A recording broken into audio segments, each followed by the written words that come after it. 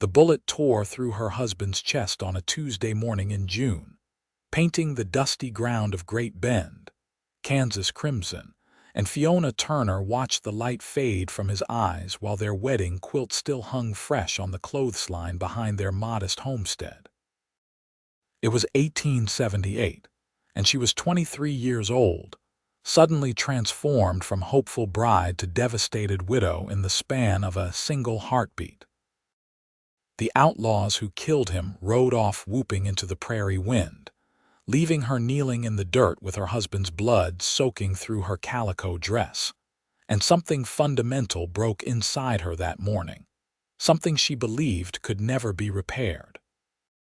3 months later, Fiona still wore black, though the color had faded to a dusty gray from the relentless Kansas sun.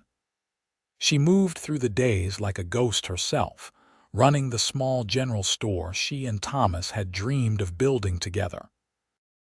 Now she ran it alone, selling flour and tobacco and ammunition to ranchers and drifters who passed through Great Bend on their way to somewhere more important. The store sat on the eastern edge of town, close enough to hear the cattle lowing in the stockyards when the wind blew right, far enough from the saloons to avoid the worst of the Saturday night chaos. She never smiled anymore, not when Mrs. Henderson brought her fresh apple pie. Not when little Sarah Coleman showed her the first words she had learned to write. Not even when the spring rains finally came after weeks of drought, bringing relief to the struggling farmers.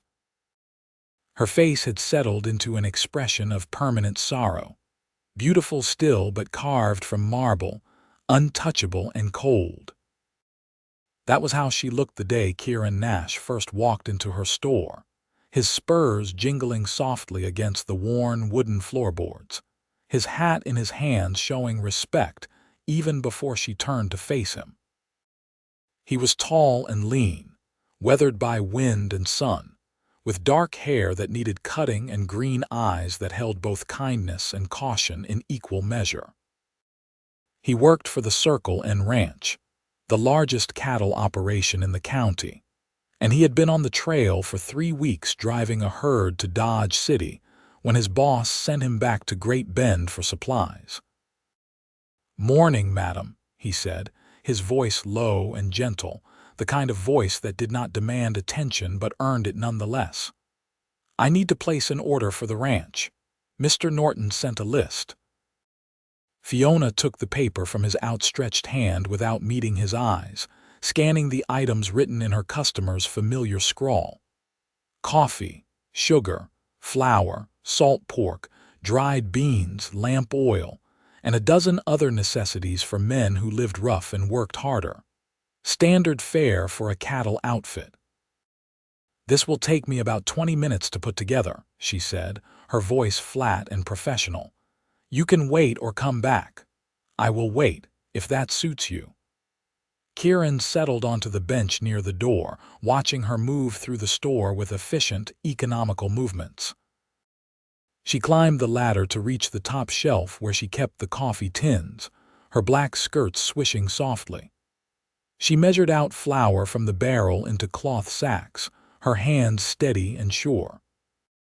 She worked in complete silence, and Kieran found himself studying her profile, noting the tension in her jaw, the tightness around her eyes, the way she held herself as though bracing against an invisible wind.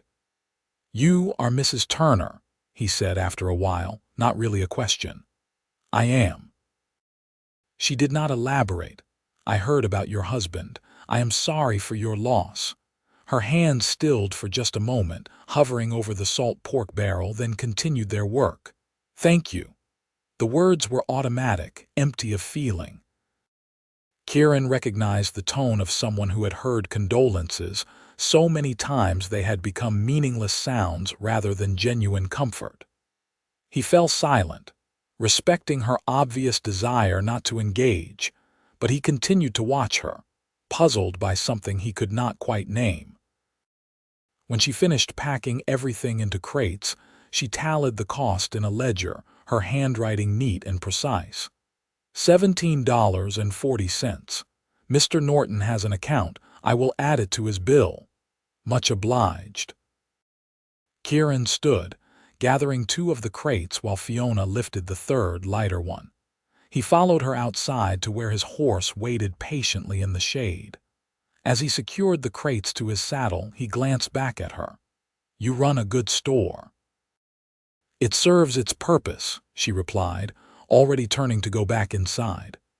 "Mrs. Turner," he called after her, surprising himself.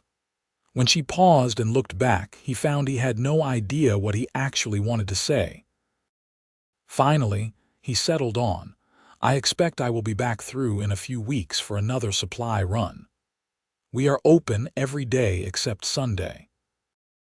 She disappeared into the dim interior of the store, and Kieran stood there for a long moment, staring after her, wondering why this sad-eyed widow had struck something deep in his chest like a tuning fork. He should have mounted up and ridden out. He had work waiting, cattle to tend, fences to mend, a dozen tasks that required his attention. Instead, he found himself walking down Great Bend's Main Street, making inquiries in the casual way cowboys did when they wanted information but did not want to seem overly interested. The story he pieced together was both simple and devastating. Thomas Turner and Fiona had married just 4 months before his death. They had been childhood sweethearts from Missouri, finally old enough and with enough money saved to start their life together. They bought the store and the small house behind it, full of plans and hope. Then the Dalton boys, or maybe it was the James gang, nobody seemed quite sure, rode through on a robbery spree. Thomas had been walking back from the bank with the week's receipts when they spotted him. They shot him for the money in his pocket, $47 that was meant to restock the store's shelves. They left him dying in the street while they robbed the bank, killed the clerk, and rode off in a cloud of dust and gunsmoke. "She has not been the same since," old Mr. Patterson told Kieran, sitting outside the barber shop whittling a piece of wood into something that might eventually resemble a horse. "Cannot blame her none. Sweet girl, always had a smile and a kind word for everyone. Now she barely speaks unless it is about business. Folks worry about her, but she will not accept help or charity. Just works that store from dawn to dusk, then goes into that empty house alone. Breaks your heart to see." Kieran thanked him and walked back to his horse, but the story stayed with him. That night, camped under the stars halfway back to the Circle N Ranch, he lay in his bedroll staring up at the vast sweep of the Milky Way and thinking about a woman whose smile had been stolen by violence and grief. He thought about her careful movements, her guarded expression, the way she held herself together through sheer force of will. He thought about how young she was, how her whole life stretched ahead of her empty and colorless. And he thought about his own life, 30 years of drifting from ranch to ranch, town to town, never putting down roots because he had never found a reason to stop moving. His parents were long dead, killed by cholera when he was 16. He had no siblings, no wife, no children. He was a good cowboy, skilled with horses and cattle, honest and hardworking, but he was also profoundly alone. He had accepted that as his lot, figuring some men were meant for family and home while others were meant for the trail and the campfire. But something about Fiona Turner had lodged in his mind like a burr, prickly and persistent. 3 weeks later, when Mr. Norton asked who wanted to make the supply run to Great Bend, Kieran volunteered before anyone else could speak. He found her in the store, of course, standing behind the counter helping a farmer load bags of seed into a wheelbarrow. She wore the same black dress, or one identical to it, and her face held the same carved stillness. When the farmer left, Kieran approached with his hat in his hands. "Mrs. Turner, I have another order from the Circle N." She took the list without comment, glancing over it. "This is nearly the same as last time." "We use what we use," he said with a small shrug, As she moved through the store gathering items, Kieran followed at a respectful distance. "How has business been?" "Fine. Weather has been good for the cattle, not too hot yet." "That is fortunate. The wildflowers are beautiful out on the prairie this year, all purple and yellow like someone spilled paint across the grassland."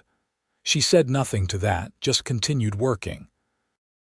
Kieran watched her climb the ladder again, and this time he noticed her hands were rough and calloused, the hands of someone working too hard with too little rest.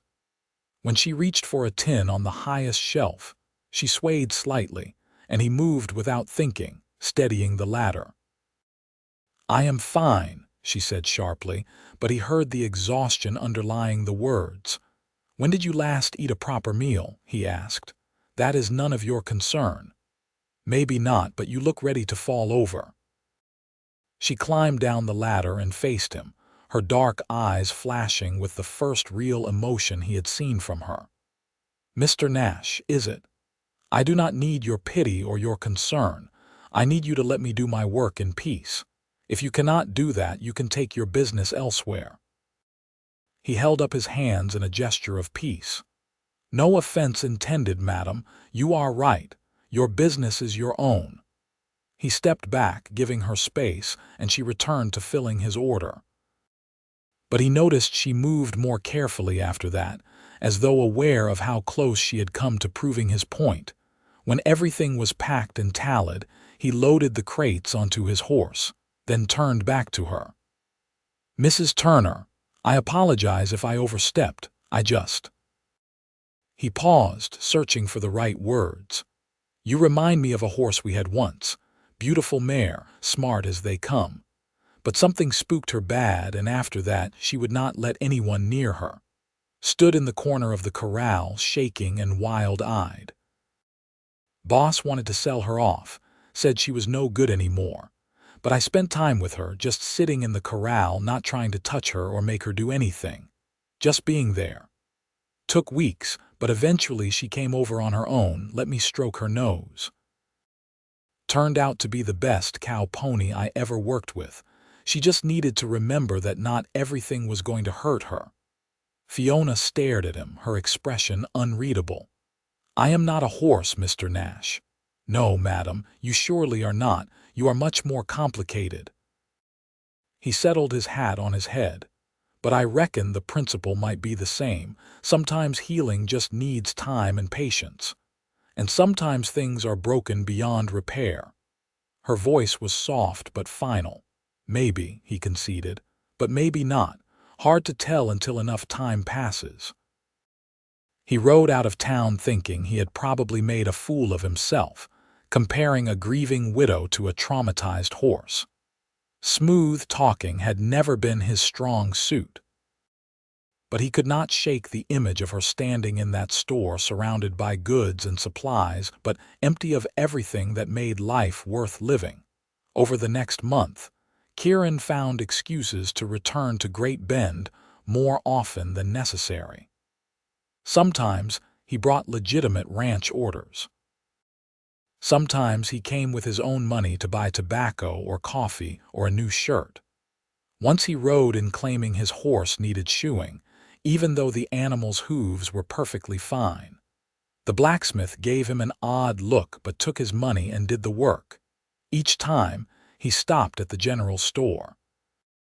He never stayed long, never pushed conversation when Fiona made it clear she did not want to talk. But he was always respectful, always courteous, and gradually she stopped tensing quite so much when he walked through the door. It was not much, but it was something. One afternoon in late August, Kieran arrived to find the store closed in the middle of the day, which was unusual. Concerned, he walked around to the house behind the building and knocked on the door. No answer. He knocked again, louder this time, and finally heard movement inside. When Fiona opened the door, she looked terrible. Her face was flushed with fever, her eyes glassy and unfocused. She swayed in the doorway, gripping the frame for support. "Mrs. Turner," Kieran said, alarmed. "You are sick." "The store is closed," she said, her voice hoarse. Come back tomorrow. You need a doctor. I am fine. It is just a summer cold. But even as she spoke, she swayed again, and Kieran reached out to steady her. You are burning up with fever. Where is the doctor in this town? I do not need a doctor. I need to rest, and I need you to leave. She tried to close the door, but she was too weak to push against his hand. Fiona, he said, using her Christian name without thinking. Please, let me help you. Maybe it was the fever, or maybe it was simple exhaustion, but something in her gave way. Her shoulders sagged and tears welled in her eyes. I do not want help. I do not want anything. I just want. She trailed off, and a sob caught in her throat. I just want it all to stop hurting. Kieran's heart clenched. Without asking permission, he scooped her up in his arms, surprised by how light she was, how fragile she felt. She made a weak sound of protest but lacked the strength to fight him. He carried her inside to the small bedroom, laying her gently on the bed. The house was neat but sparse, holding few personal touches. It looked like a place someone existed in rather than lived. I am going to get the doctor, he said firmly. Do not try to get up. I will be back soon. He found Doc Brennan in his office and hauled him back to Fiona's house over the old man's protests about proper protocol and calling hours. The doctor examined Fiona while Kieran waited in the front room, pacing like a caged animal. Pneumonia, Doc Brennan announced when he emerged. Not as bad as it could be, but she needs rest, fluids, and medicine. She has been working herself into the ground from what I can tell. Body could not fight off infection. He fixed Kieran with a stern look.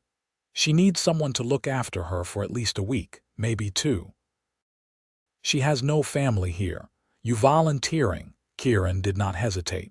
Yes, figured as much. I have seen you sniffing around. About time someone took an interest in that poor girl. She has been grieving herself to death. He handed over several bottles of medicine with detailed instructions. Get food in her when she can keep it down. Broth, bread, nothing too heavy. Change the bedding if she sweats through it, and for God's sake, man, keep it proper. She does not need her reputation damaged on top of everything else. Of course, Kieran said, slightly offended that the doctor thought he needed the reminder. For the next 10 days, Kieran barely left Fiona's side. He slept in a chair in the front room, waking every few hours to check on her. He coaxed her to drink water and broth, administered the bitter medicine despite her protests, bathed her forehead with cool cloths when the fever spiked. He opened the store for a few hours each day, explaining to customers that Mrs. Turner was ill and he was helping out temporarily. The women of the town dropped by with food and well wishes, eyeing him with curiosity and speculation that he ignored. Fiona drifted in and out of feverish sleep, sometimes lucid, sometimes rambling. In her delirium, she called for Thomas, and those moments were hardest for Kieran to bear. He would hold her hand and speak softly, telling her she was safe, that she would be all right, even as she cried for a dead man. On the 5th night, her fever broke. Kieran woke to find her watching him from the bedroom doorway, wrapped in a quilt, her face pale but clear-eyed. You are still here, she said, and he could not tell if she was pleased or dismayed.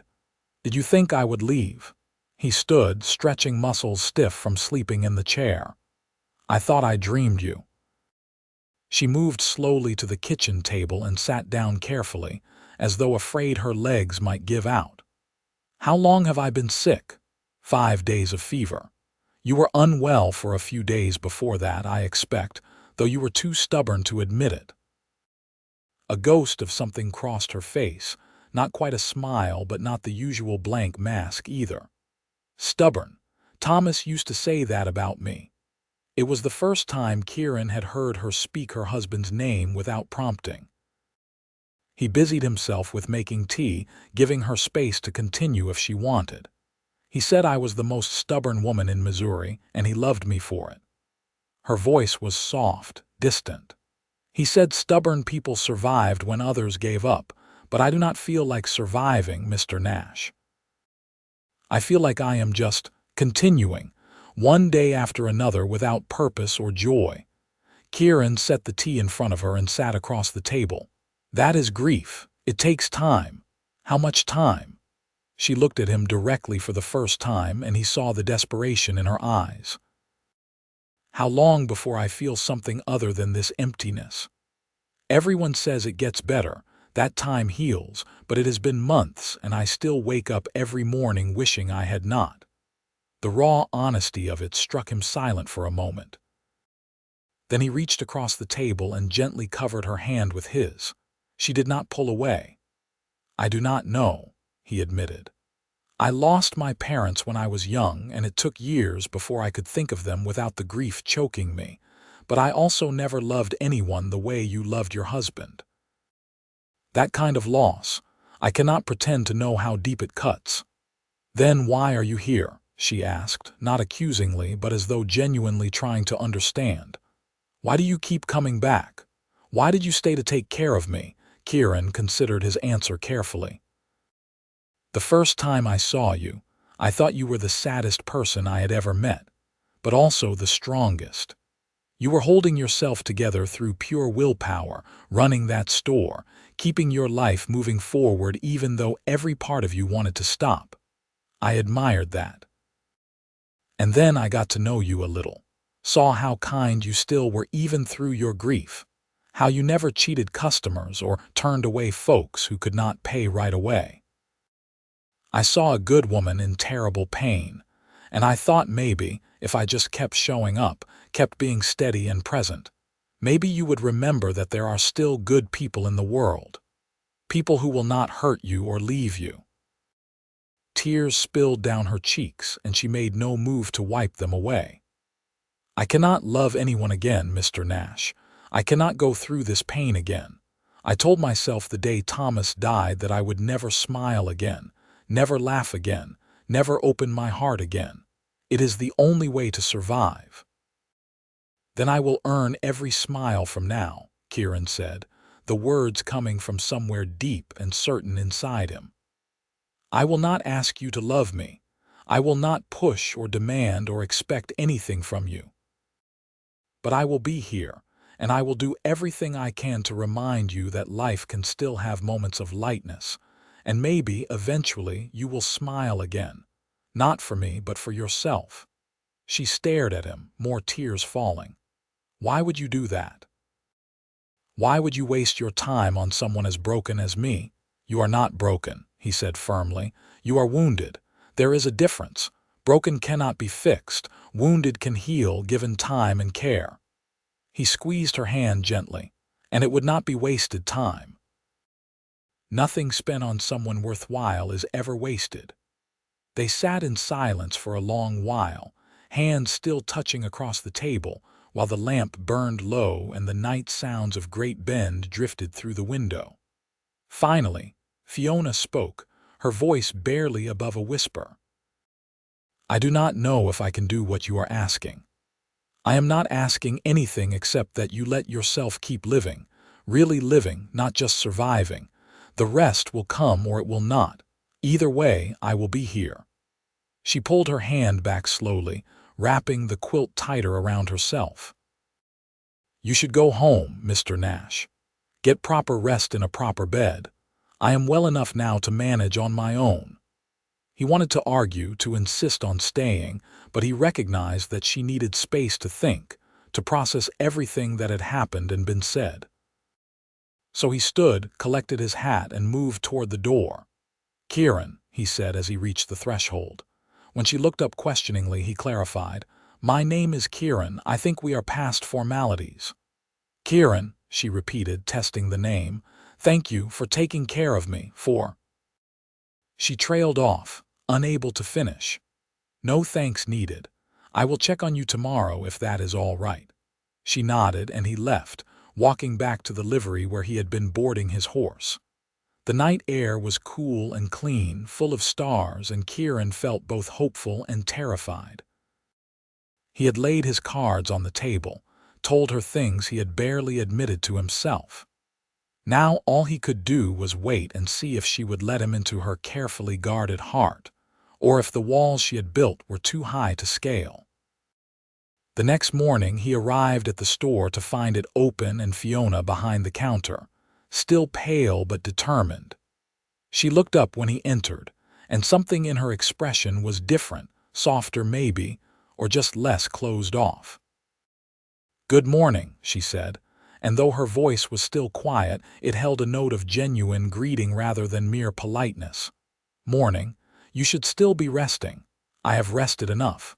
Work is good for me, keeps my mind occupied." She gestured to the shelves. "Besides, I fell behind on inventory while I was sick. Someone left the store in quite a mess." He caught the tiniest hint of teasing in her tone and felt absurdly pleased. That someone kept your business running and your customers happy. A little disorder seemed a fair trade. "A fair trade," she agreed. She hesitated, then added, "I thought about what you said last night, about earning smiles." Kieran's heart beat faster, but he kept his expression neutral. And I do not think you understand what you are taking on. I am not the person I was before Thomas died. That girl who smiled easily and saw the best in everyone, she is gone. I do not know if she is ever coming back. Then I will get to know the person you are now," he said simply. "People change. Life changes us. That does not make you less worthy of happiness."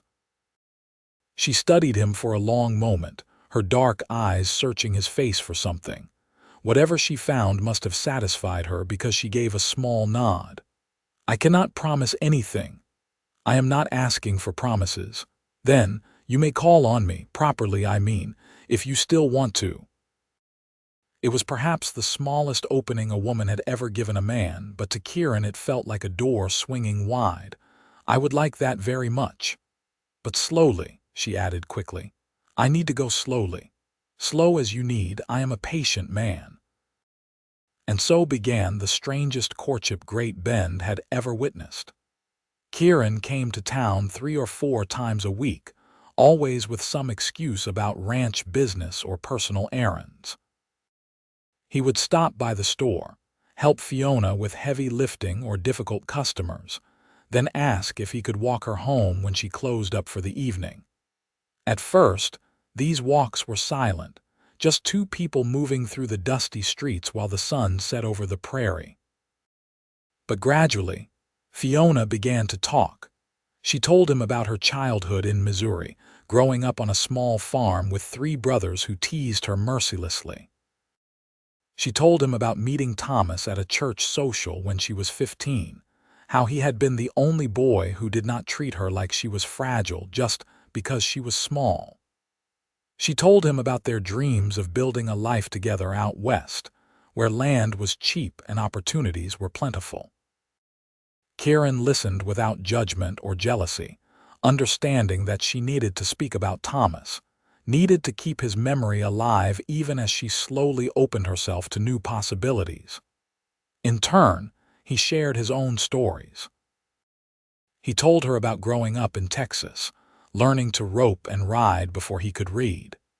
He told her about losing his parents, the years of drifting, the loneliness that had become so constant he barely noticed it anymore. He told her about the beauty of the open range, the satisfaction of honest work, the way a good horse could become a partner and friend. On Sundays, when the store was closed, he began bringing her small things. A handful of wildflowers tied with grass. A smooth stone from the creek that was an unusual blue color. A book of poetry he bought from a traveling salesman. Nothing expensive or presumptuous, just small tokens to show he was thinking of her. The first time she almost smiled was 6 weeks after her illness.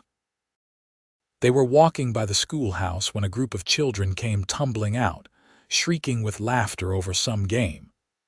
One little boy, no more than 5, was running backward, watching his friends chase him, and collided directly with Fiona. She stumbled and Kieran caught her and the boy looked up with wide, horrified eyes. "I am so sorry, Mrs." he stammered. "I did not see you. Please do not tell my ma." "No harm done," Fiona said, steadying herself. "But you should watch where you are going, or you will run into something harder than me next time." "Yes, Mrs." The boy scampered off, and Fiona watched him go. The corner of her mouth twitched, just barely, almost imperceptibly. It was not a smile, not quite, but it was close enough that Kieran's breath caught. "He was terrified you would report him," Kieran observed. "I remember being that age, thinking every adult had direct communication with my parents and would report every small transgression." The almost smile flickered again. "My brother once told me that teachers had magic powers and could see everything we did, even at home. I believed him for months. Brothers are terrible that way. I always wished I had siblings to torment." "Trust me, you did not miss much except constant noise and stolen food." It was the most playful Kieran had ever heard her sound, and he treasured it like gold.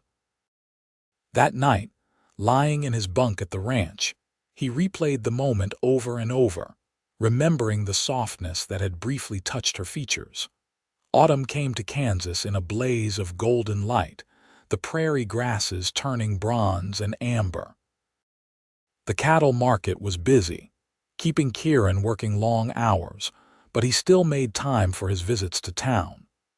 Fiona had started to greet him with something approaching warmth, and once or twice she even initiated conversation, asking about his day or mentioning something funny a customer had said. One evening in October, as they walked through town, they passed the church where a social was underway. Music and laughter spilled from the open doors and couples twirled on the makeshift dance floor. Fiona paused, watching them, her expression unreadable. "You like to dance?" Kieran asked. "I used to. Thomas and I danced at our wedding. It was—" She stopped, swallowing hard. "It was a good day." "Would you like to go in? We do not have to dance. We could just listen to the music." She shook her head. "No, I am not ready for that. All those people, all that noise and questions." "I cannot." "That is fine. We can keep walking." But she did not move, still watching the dancers with something like longing on her face. Kieran made a decision. He stepped in front of her and held out his hand. "Dance with me here." "Here? In the street? Why not? No crowd, no questions. Just you and me and the music we can hear from here." She looked at his outstretched hand for a long moment. Then, slowly, she placed her hand in his.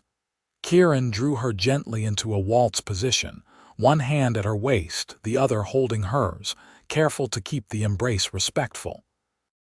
The music was faint but audible, and he began to move, guiding her through the simple steps. Fiona was stiff at first, her body held rigid, but gradually she relaxed into the rhythm. They waltzed down the empty street, their shadows long in the lamplight, and Kieran thought he had never experienced anything more perfect. She was light in his arms, following his lead easily, and when he dared to look down at her face, he saw her eyes were closed, her expression peaceful. When the music ended, they stopped, but neither pulled away immediately. They stood there in the middle of the street, still holding each other, and Fiona's eyes opened slowly, meeting his. "Thank you," she whispered. "My pleasure." He reluctantly released her, stepping back to a proper distance. "We should get you home. It is getting late." They walked the rest of the way in comfortable silence, and when they reached her door, Fiona turned to face him. "Kieran, I am glad you did not give up on me, that you kept coming back, even when I gave you no encouragement." "You are worth the patience," he said. "And the waiting." She looked like she wanted to say something else, but could not quite find the words. Finally, she just nodded and went inside, leaving Kieran standing in the darkness, his heart full. November brought the first real cold, frost on the windows and ice in the water troughs. Kieran bought Fiona a warm shawl from a peddler, dark blue with silver threads, and she accepted it with genuine gratitude. She wore it every day, and he noticed she would sometimes touch it absently, running the soft wool between her fingers. They had fallen into an easy routine now. He would arrive in the late afternoon, help close up the store, walk her home. Sometimes they talked, sometimes they sat in companionable silence. He never pressured her for more, never tried to kiss her or declare his feelings beyond what he had already said. He was simply present, steady and reliable, a constant in her slowly rebuilding life. The breakthrough came on a cold afternoon in late November. Kieran had been delayed at the ranch and arrived in town later than usual, near dusk. When he reached the store, he found it closed and locked, which was unusual. Concerned, he went to the house and knocked. Fiona opened the door, and he was startled to see she had been crying. "What happened? What is wrong?" She shook her head, unable to speak, and he followed her inside without waiting for an invitation. She sat at the kitchen table, her face buried in her hands, shoulders shaking with sobs. Kieran knelt beside her chair, his hand on her back. "Fiona, please talk to me. It is nothing. It is stupid." She wiped at her eyes angrily. "I am being ridiculous. If it made you cry, it is not nothing or stupid. What happened?" She took a shuddering breath. "Today would have been our first anniversary, Thomas and mine. I have been dreading this day for weeks, and now it is here, and he is gone and I am here, and—" The words dissolved into fresh tears. Kieran's heart ached for her. He pulled a chair close and sat, taking her hands in his. "It is not stupid. Anniversaries are important. Of course you are upset. But I should be past this," she said desperately. "It has been almost 6 months. I should be healing, moving on, like everyone says. But some days it hits me all over again, the fact that he is dead and never coming back. And I feel guilty because I have been thinking about you, looking forward to your visits, and that feels like betraying his memory. Fiona, look at me." When she raised her tear-stained face, he said firmly, "You are allowed to grieve. You are allowed to take as long as you need. And you are also allowed to find happiness again. Those two things are not mutually exclusive. You can honor Thomas's memory and still build a new life. He loved you, right? He would want you to be happy."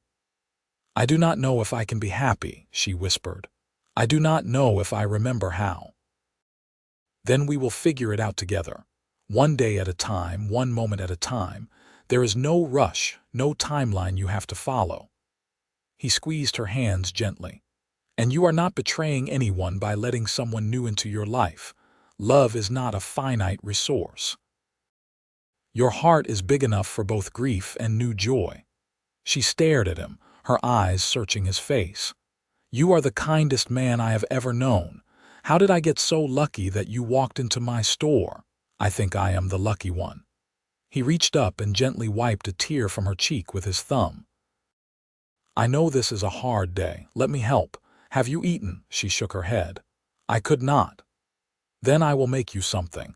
Nothing fancy, just bread and cheese and tea. You should drink tea." He busied himself in her small kitchen, moving around with surprising ease for a man who spent most of his life outdoors. When he set the simple meal in front of her, she ate a few bites to please him, though he could tell she had no appetite. He talked while she ate, telling her silly stories about mishaps at the ranch, anything to distract her from the weight of the anniversary. As the evening wore on, Fiona's tears subsided, replaced by a bone-deep exhaustion. Kieran insisted she rest, and she did not have the energy to argue. He banked the fire, locked the doors, and settled into the chair in the front room where he had slept during her illness. "You do not have to stay," Fiona said from the bedroom doorway. "I know, but I think you should not be alone tonight." She nodded, too tired to protest, and disappeared into her room. Kieran sat in the darkness, listening to the wind howl outside, and prayed he was doing the right thing. He was falling in love with this sad, strong woman, and he knew that eventually he would have to tell her. But not yet. Not until she was ready to hear it. December arrived with a vengeance, bringing snow and bitter cold. The cattle suffered, and Kieran spent long days breaking ice on water tanks and hauling hay to the herds. He made it to town less often, and when he did, he found Fiona worried about him. "You look exhausted," she said one evening, studying his wind-burned face with concern. "Winter ranching is hard work, but I am fine. You need to take better care of yourself." She disappeared into the back room and returned with a thick wool scarf. "Wear this. I will not have you catching your death." He accepted the scarf, touched by her concern. "Did you make this?" "Yes, I knit in the evenings when the store is slow. It gives my hands something to do." She hesitated, then added shyly, "I made it for you. I was going to wait until Christmas, but you need it now." Kieran wrapped the scarf around his neck, warmth spreading through him that had nothing to do with the wool. "Thank you, I will treasure it." "It is just a scarf," she said, but her cheeks were pink and she would not quite meet his eyes. "It is not just a scarf. It is you caring about me. That means everything." They stood close in the dim store, the world outside forgotten, and Kieran thought he saw something new in her eyes. Not love, not yet, but perhaps the beginning of it, the tiniest seed of possibility. Christmas came, and the whole town decorated for the holiday. Fiona trimmed the store with pine boughs and holly, and even allowed herself to hum carols while she worked. Kieran noticed these small signs of returning life in her, and felt cautiously optimistic. On Christmas Eve, he presented her with a carefully chosen gift, a music box he had ordered from a catalog weeks earlier. When she opened it, it played a gentle waltz and her eyes widened with delight. "Kieran, this is too much. Nothing is too much for you." He had been careful to keep his tone light, friendly, not wanting to pressure her. "I thought you might like having music in the house, for the quiet evenings." She wound it up and listened to the melody, her expression soft. "It is beautiful, I love it." Then, with clear nervousness, she handed him a wrapped package. "I made you something too." Inside was a shirt, beautifully made with careful stitching in a deep green that would match his eyes. He ran his fingers over the fabric, amazed at the work she had put into it. "Fiona, this must have taken you weeks. I wanted to do something special, to thank you for everything you have done for me." She met his eyes directly. "You saved my life, Kieran, not just when I was sick, but in every way that matters. You reminded me that I wanted to keep living. I will never be able to repay that. I do not want repayment, I just want." He stopped, unsure how much to say. "What do you want?" she asked softly. "I want you to be happy. I want to be the person who helps you find your way back to happiness. You already are." She reached out and took his hand, the first time she had initiated physical contact. "I do not know what the future holds. I do not know if I can give you everything you deserve. But I do know that I care about you, and I am grateful you are in my life." It was not a declaration of love, but it was more than she had given before, and Kieran accepted it with a full heart. That is enough. More than enough. They spent the rest of the evening together, sitting by her fire, listening to the music box play its gentle waltz. Outside, snow began to fall, blanketing Great Bend in white, and inside, two wounded souls sat together in comfortable silence, healing a little more with each passing moment. The new year of 1879 dawned cold and bright. Kieran had been invited to a New Year's celebration at the ranch, but he declined, choosing instead to spend the evening with Fiona. They made dinner together in her small kitchen, working side by side, and the domesticity of it filled Kieran with longing for a future he hardly dared imagine. As midnight approached, they stood on her porch watching the stars, breath steaming in the frigid air. From somewhere in town came the sound of people celebrating, shouting and ringing bells to welcome the new year. "A new year," Fiona said quietly. "A new beginning. Do you believe that? That we can start fresh, leave the old pain behind?" She considered the question carefully. "I think we carry our past with us always. The pain shapes us, becomes part of who we are. But yes, I think we can choose to move forward despite it. We can choose to open ourselves to new possibilities." She turned to look at him, her eyes reflecting starlight. "You have shown me that, taught me that. You did the hard work yourself. I just reminded you that you could. You did more than that." She took a deep breath as if steeling herself. "Kieran, I need to tell you something. I have been fighting against it for months, telling myself it was too soon, that I was not ready, that I could not risk my heart again. But the truth is—" She paused, gathering courage. "The truth is that I have fallen in love with you. Somewhere between your patient visits and your kind words and your steady presence, I fell. And it terrifies me, but it also fills me with hope, with something like joy." Kieran's heart felt like it might burst from his chest. "Fiona, I know I said I would never smile again," she continued, her voice shaking slightly. "I meant it when I said it. I truly believed my capacity for happiness died with Thomas.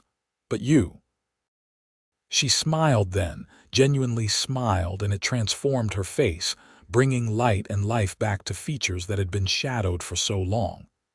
"You have earned every smile, every laugh, every moment of lightness.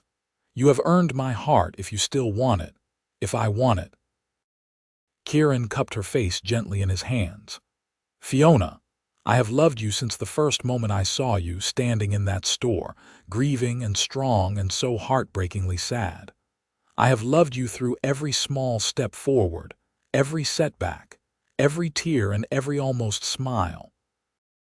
I will love you for the rest of my life if you will let me." "Yes," she breathed. "Yes, I will let you." He kissed her then, gently at first, giving her time to pull back if she wanted, but she did not pull back. Instead, she leaned into him, her arms wrapping around his neck, kissing him back with all the emotion she had kept locked away for months. It was a kiss full of promise and healing, of new beginnings and hard-won hope. When they finally broke apart, both breathless, Fiona was crying again, but these were tears of happiness rather than grief. "I did not think I would ever feel this way again," she said. "I did not think it was possible." "Anything is possible," Kieran replied, resting his forehead against hers. "We just have to be brave enough to reach for it."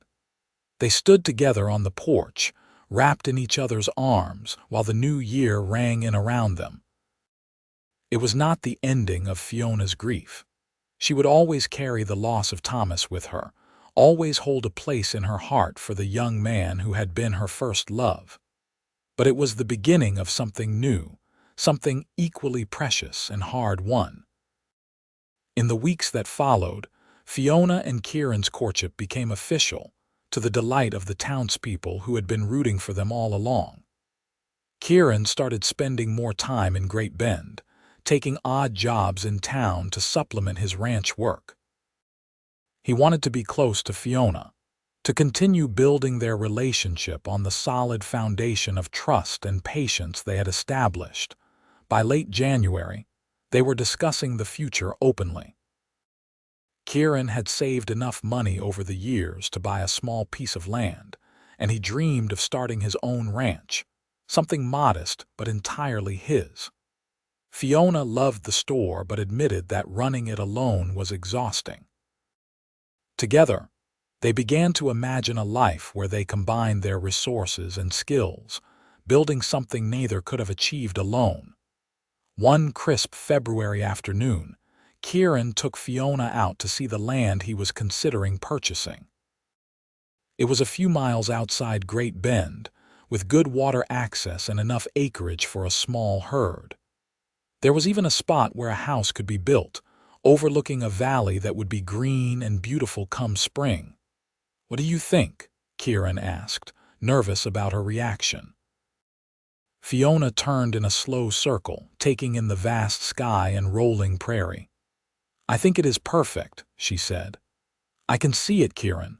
A house there, a barn over there, horses and cattle grazing, maybe even a garden where I could grow vegetables. We could keep the store too if you wanted.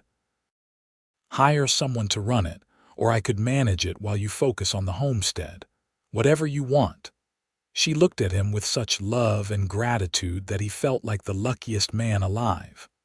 "I want to build a life with you, however that looks, wherever we are, as long as we are together." He dropped to one knee right there in the prairie grass, pulling out a simple gold band he had been carrying for weeks, waiting for the right moment. "Fiona Turner, would you do me the honor of becoming my wife? I promise to love you, protect you, and earn your smiles every single day for the rest of our lives." Fiona's hands flew to her mouth, fresh tears spilling over. For a moment, Kieran feared he had moved too fast, pushed too hard. Then she was nodding, laughing, and crying at the same time. "Yes. Yes, Kieran Nash, I will marry you. I will spend my life with you. I will build this dream with you." He slipped the ring onto her finger and stood, sweeping her into his arms and spinning her around while she laughed, the sound bright and pure and completely unguarded. When he set her down, they kissed again, sealing their promise under the wide Kansas sky. They were married in March, a simple ceremony in the Great Bend church with the whole town in attendance. Fiona wore a dress of pale blue rather than white, a nod to her status as a widow remarrying, but she was radiant in it, glowing with happiness. Kieran wore the green shirt she had made him for Christmas, and the scarf she had knitted, wanting to carry pieces of her love close to his heart. Doc Brennan gave the toast at the reception, his old voice cracking with emotion.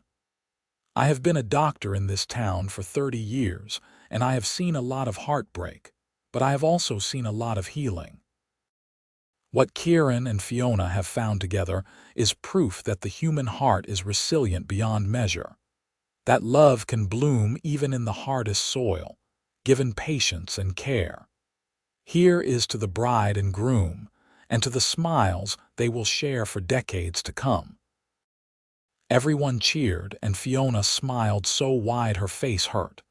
Later, during the dancing, Kieran pulled her close and whispered, "Remember that night we danced in the street?" "I remember everything," she whispered back. "Every moment, every kindness, every reason you gave me to keep living." "Good. Because I intend to give you 1,000 more reasons. 10,000. Enough to fill a lifetime." They moved across the floor, surrounded by friends and well-wishers, but aware only of each other.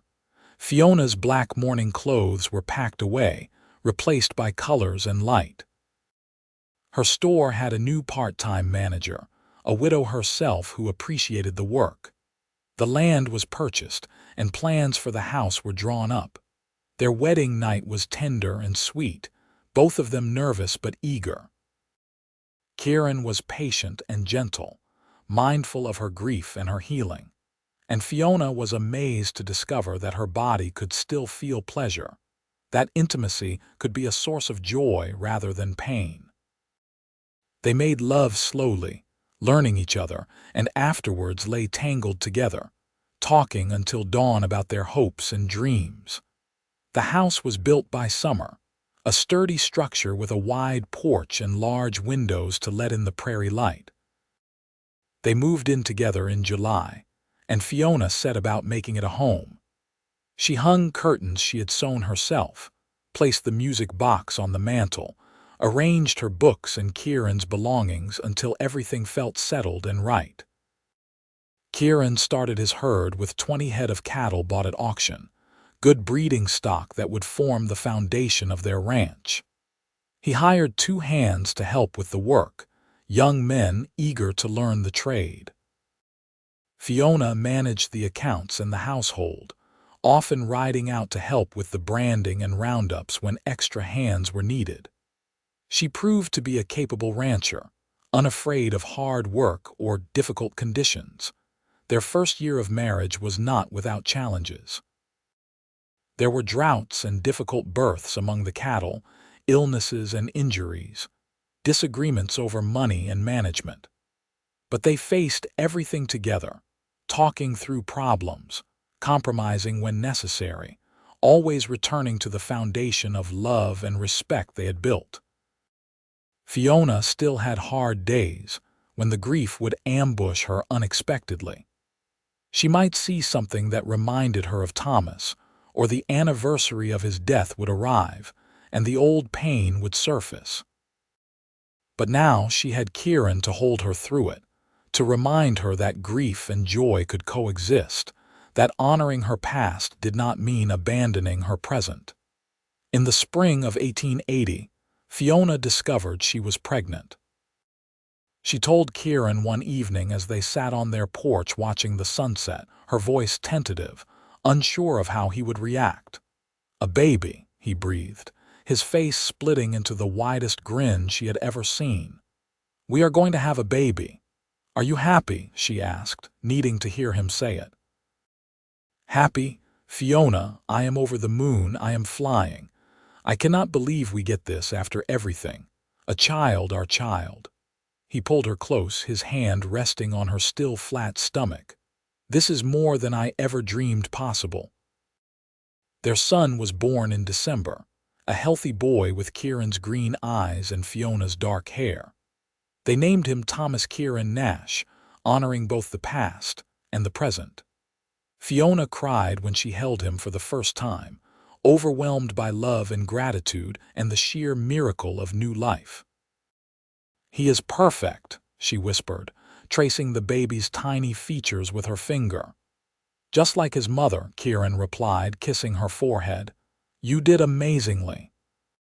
Fiona looked up at her husband, this man who had walked into her life when she was at her lowest, who had patiently waited while she healed, who had earned every smile and every moment of happiness she now possessed. "I love you," she said. "I love you so much it scares me sometimes." "I love you too. Always have, always will." They raised young Thomas with equal measures of love and discipline, teaching him to be kind, honest, and hardworking. The ranch prospered under Kieran's careful management and Fiona's sharp business sense. They added more land, built a proper barn, increased their herd. The store in town continued to do well, now managed entirely by their employee, providing a steady secondary income. 2 years after Thomas was born, Fiona gave birth to twin daughters, Grace and Hope. The names were deliberate choices, reflecting what Kieran had brought into Fiona's life. The twins were lively and mischievous, keeping their parents busy and exhausted and deliriously happy. As the years passed, Fiona transformed completely from the sad widow Kieran had first met. She laughed easily now, smiled constantly, threw herself into her life with enthusiasm and joy. She was active in the church, helped organize town socials, mentored other young wives who were struggling. She never forgot the darkness she had passed through, and it made her compassionate and wise in ways she might never have been otherwise. On their 10th wedding anniversary, Kieran took Fiona back to the spot where he had proposed, the prairie land that was now their thriving ranch. Their 3 children were with Fiona's friend in town, giving them a rare evening alone. "Do you remember standing here and imagining what this could be?" Kieran asked, holding her close. "I remember.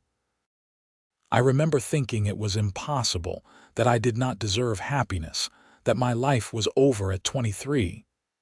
She turned in his arms to face him, and I remember you telling me that anything was possible if we were brave enough to reach for it. I was right," he said with a grin. "Look at us now. 3 beautiful children, a successful ranch, a marriage that gets stronger every year. We built this together." "You built me first," she said seriously. "You took a broken woman and loved her back to wholeness. You gave me time and patience and kindness when I had nothing to offer in return. You earned every smile, just like you said you would. And I will keep earning them, he promised. Every day for the rest of our lives. She kissed him then, deep and sweet and full of 10 years of love and trust. When they broke apart, she rested her head against his chest, listening to his heartbeat, steady and strong. "You know what I wish sometimes?" she asked softly. "What is that?" "I wish I could go back and tell that grieving widow in the store that everything would be all right. That the pain would not last forever. That a cowboy with patient eyes and a kind heart would walk through her door and show her how to live again." She pulled back to look at him. "But then I think, maybe that is not how it works. Maybe we have to go through the darkness to truly appreciate the light. Maybe I love you as much as I do because I know what it is like to be without you." Kieran cupped her face gently, thumbs stroking her cheeks. "I am just grateful our paths crossed when they did. That I walked into your store that day. That I was stubborn enough to keep coming back even when you gave me no encouragement." "Best stubbornness I ever encountered," she said with a smile. "Well, except for my own," he laughed, the sound rich and warm. "True enough. You are still the most stubborn woman I have ever met. And you love me for it." "I do. God help me, I really do." They stayed out there until the stars came out, talking and holding each other, reflecting on the long journey from grief to joy, from loneliness to love. The prairie wind whispered through the grass, carrying the scent of earth and growing things, and somewhere in the distance, cattle lowed softly. It was the sound of home, of belonging, of a life well lived. Over the following years, Kieran and Fiona's ranch became one of the most respected in the county. Their children grew strong and healthy, each developing their own distinct personalities. Thomas was serious and thoughtful, a natural leader who would eventually take over the ranch. Grace was adventurous and fearless, constantly getting into trouble, but always with such charm that she could talk her way out of it. Hope was quieter, introspective, with a gift for healing that eventually led her to study medicine. Fiona became known throughout Great Bend for her wisdom and compassion. Women who were grieving, struggling, or lost would seek her out, knowing she understood their pain firsthand. She never preached or pushed, just listened and shared her own story when it seemed helpful. Many credited her with saving their lives, just as Kieran had saved hers. Kieran remained the steady, patient man he had always been, beloved by his children and respected by his peers. He served on the town council, helped mediate disputes, and was known for his fairness and integrity. But his greatest joy was always his family, the life he and Fiona had built from the ashes of her grief and his loneliness. On their 20th anniversary, they renewed their vows in the same church where they had married, surrounded by their children, friends, and community. Fiona wore a new dress, pale yellow like sunshine and flowers in her hair. Kieran wore his finest suit, though Fiona noticed he had the scarf she had knitted all those years ago tucked in his pocket, a talisman of their early days. During the ceremony, Fiona spoke, her voice clear and strong. 20 years ago, I stood in this church and married a man who had already saved my life in every way that mattered. He took a woman who had sworn never to smile again and gave her 1,000 reasons to wake up happy every morning. He showed me that love is not finite, that the heart can hold both grief and joy, that healing is possible even when it seems impossible. Kieran Nash, you are my miracle, my partner, my home. I love you more today than I did 20 years ago, and I will love you more tomorrow than I do today. Thank you for earning every smile, every laugh, every moment of happiness. Thank you for being patient when I needed time, for being strong when I was weak, for being the light that guided me out of darkness." There was not a dry eye in the church, and when Kieran pulled her into his arms and kissed her, the congregation erupted in cheers and applause. Their children whooped and hollered, embarrassing and delighting their parents in equal measure. The party afterwards lasted until well after midnight, with dancing and music and food. Kieran and Fiona waltzed together, just as they had in the street all those years ago, and Fiona thought about how far they had come, how much they had built, how blessed she was to have this life. "What are you thinking about?" Kieran asked, noticing her distant expression. "I am thinking about that cowboy who walked into my store 15 years ago," she said. "I am thinking about how lost I was and how he found me. I am thinking about all the moments between then and now, all the smiles he earned, all the love he gave so freely." "That cowboy sounds like a smart man," Kieran teased, "the smartest and the kindest and the most patient." She pressed closer to him. "And mine, all yours," he agreed.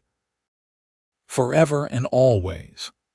As the years continued to pass, their love only deepened. They faced hardships together. The death of Kieran's favorite horse, a year of drought that nearly broke them financially, the worry when Thomas decided to join the army despite their concerns. They faced joys together. Grace's wedding to a nice young teacher, Hope's graduation from medical school, the births of grandchildren who filled their home with noise and laughter. Through it all, they remained each other's anchor, the steady constant in a changing world. Kieran never stopped finding ways to make Fiona smile, whether it was surprising her with wildflowers or doing a silly dance to make her laugh. Fiona never stopped being grateful for the man who had refused to let her drown in grief, who had thrown her a lifeline when she needed it most. On their 30th anniversary, they took a trip, just the two of them, back to Missouri where Fiona had grown up. They visited her childhood farm, now owned by strangers, and the church where she and Thomas had met. It was the first time Fiona had returned since leaving to start her life in Kansas, and it was bittersweet. "You regret anything?" Kieran asked as they stood in the cemetery where Thomas was buried. "Do you ever wonder what your life would have been like if he had lived?" Fiona considered the question carefully, looking down at the weathered headstone. "I regret that he died so young, so senselessly. I regret the years we did not get to have together, but I cannot regret the life I have built with you. I cannot regret our children, our grandchildren, the love we share. Thomas was my first love and I will always honor his memory. But you, Kieran, you are my forever love. You are the one I was meant to grow old with." She laid flowers on the grave, said a silent prayer, then turned and took Kieran's hand. They walked away together, partners in every sense of the word, leaving the past to rest while they continued building their future. As they approached their 40th anniversary, Kieran began to slow down.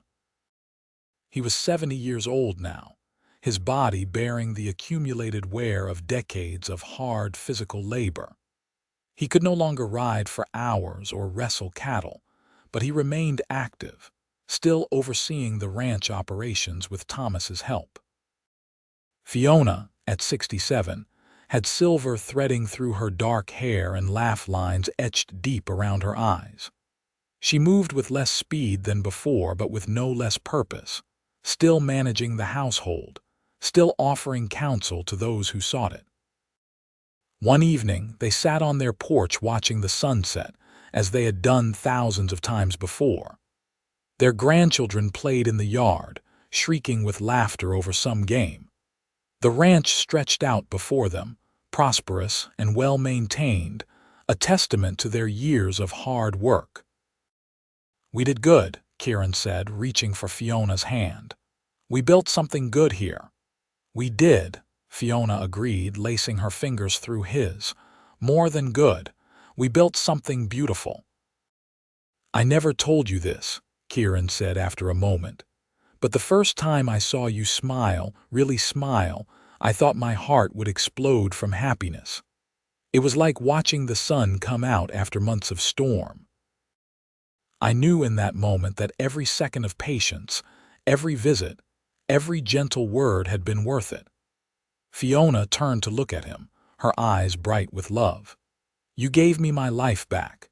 You showed me that it was possible to survive the unsurvivable, to find joy after devastating loss. You are the best thing that ever happened to me, Kieran Nash." "Second best," he corrected with a gentle smile. "Your first love was first. I was just lucky enough to be second." "No," she said firmly. "You are the best. Thomas was young love, sweet and innocent and full of dreams. But you are the love that was tested by fire and came through stronger. You are the love that was built on patience and earned trust and deep understanding. You are my partner, my friend, my home. You are everything." They kissed, soft and sweet. The kiss of two people who had spent 40 years learning every detail of each other, who could communicate volumes with a single touch. The sun dipped below the horizon, painting the sky in shades of orange and pink and purple. And Fiona thought about that day so long ago when a cowboy walked into her store and changed her life forever. She had said she would never smile again, and she had meant it with every fiber of her being. She had been so lost in grief and pain that she could not imagine ever feeling differently. But Kieran had not accepted that. He had quietly, patiently, persistently shown her that life could still be beautiful, that love could bloom even in the hardest soil, that smiles could be earned one moment at a time, and he had earned them. Oh, how he had earned them, every single one. Kieran Nash passed away peacefully in his sleep at the age of 74, with Fiona holding his hand. It was the spring of 1903, and they had been married for 44 years. The whole town came to his funeral, paying respects to a man who had been unfailingly kind, honest, and good. Fiona stood at the graveside with their children and grandchildren surrounding her, and though tears streamed down her face, she smiled through them. "He earned everyone," she told her daughter Hope, who looked at her with concern. "Every smile, every laugh, every moment of joy. He kept his promise. And now it is my job to keep living the way he taught me, to keep finding reasons to smile even though he is gone." And she did. Fiona lived another 12 years, remaining active and engaged with her family and community. She watched her grandchildren grow, met her great-grandchildren, and continued to offer wisdom and comfort to those who needed it. She spoke often of Kieran, keeping his memory alive, telling stories about his patience and kindness and the way he had saved her life. On the anniversary of their first meeting each year, she would ride out to the spot where he had proposed, where they had stood and imagined their future together. She would sit in the grass and talk to him, updating him on the family, telling him about the ranch, sharing all the small details of life that she knew he would want to hear. "I miss you," she would always say at the end of these visits. "I miss you every day, but I am not lost anymore. You made sure of that. You taught me how to find joy even in grief, how to keep living even when it hurts. Thank you, my love. Thank you for earning every smile. Thank you for showing me that my story was not over, that the best chapters were yet to be written. I will see you again soon, and when I do, I will be smiling. Because of you, I will always be smiling." Fiona Turner Nash died peacefully in 1915 at the age of 80, surrounded by 3 generations of family who loved her.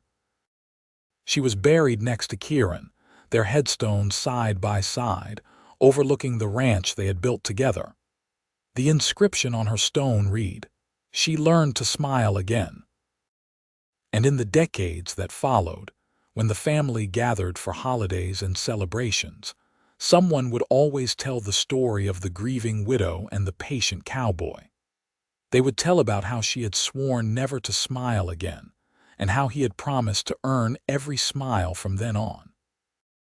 They would tell about the 44 years of love and partnership, the 3 children and numerous grandchildren, the successful ranch and the respected place they held in the community. But most importantly, they would tell about the power of patience, kindness, and steadfast love. About how one person, refusing to give up on another, can change the entire course of a life. About how healing is possible even when it seems impossible, and how love can bloom even in the hardest, most unforgiving soil.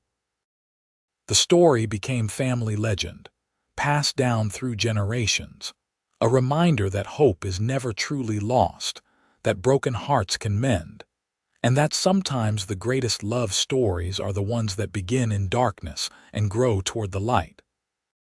Thomas and Grace and Hope told it to their children, who told it to their children, who told it to theirs. And so the legacy of Kieran and Fiona lived on, a testament to the transformative power of love that is patient, love that is earned, love that endures. And somewhere in whatever comes after, Kieran and Fiona were together again, dancing under the stars, smiling at each other with joy that had been hard-won and was therefore all the more precious. He had kept his promise, earning every smile through 44 years of marriage and beyond. And she had kept faith, learning to live again, to love again, to open her heart to the possibility of happiness when she had been certain it was forever lost. Their story was complete, their love eternal, their legacy one of hope and healing and the enduring truth that even the darkest night eventually gives way to dawn. The ranch they built still stood, run now by Thomas's children, a living monument to what two people could achieve when they refused to let tragedy have the final word. And in Great Bend, Kansas, where it all began, people still remembered the sad widow in the general store and the patient cowboy who would not let her give up on life. It was a love story for the ages, set against the backdrop of the Wild West, a time when life was hard and survival was never guaranteed. But it was also a deeply human story about loss and grief and the long, difficult road to healing. About finding love in unexpected places, about second chances and new beginnings, about the courage it takes to open your heart after it has been shattered. She had said she would never smile again, meaning it with every fiber of her grieving heart. He had replied that he would earn every smile from then on, and he had meant it with equal certainty. And together, they had proven that love, real love, is not just about passion and romance. It is about showing up, day after day, offering patience and kindness and steadfast support. It is about earning trust, rebuilding hope, creating a safe space for healing to occur. Their story ended as all stories must, with death and parting and the natural conclusion of mortal life. But it also ended with a legacy of love that transcended the grave, with children and grandchildren and great-grandchildren who carried their story forward, who remembered the lessons they taught about resilience and faith and the power of earned smiles. And if you visited the Nash family ranch even now, generations later, you would see their portrait hanging in the main house. Kieran stands tall and proud, his hand resting on Fiona's shoulder. She sits in front of him, her face turned slightly toward the camera, and on her lips is a smile, genuine and bright and full of joy. It is the smile of a woman who was lost and then found, who was broken and then healed, who swore she would never smile again and then spent 44 years proving herself wrong, because a cowboy walked into her store one day and made her a promise. And he kept it, every single day for the rest of their lives.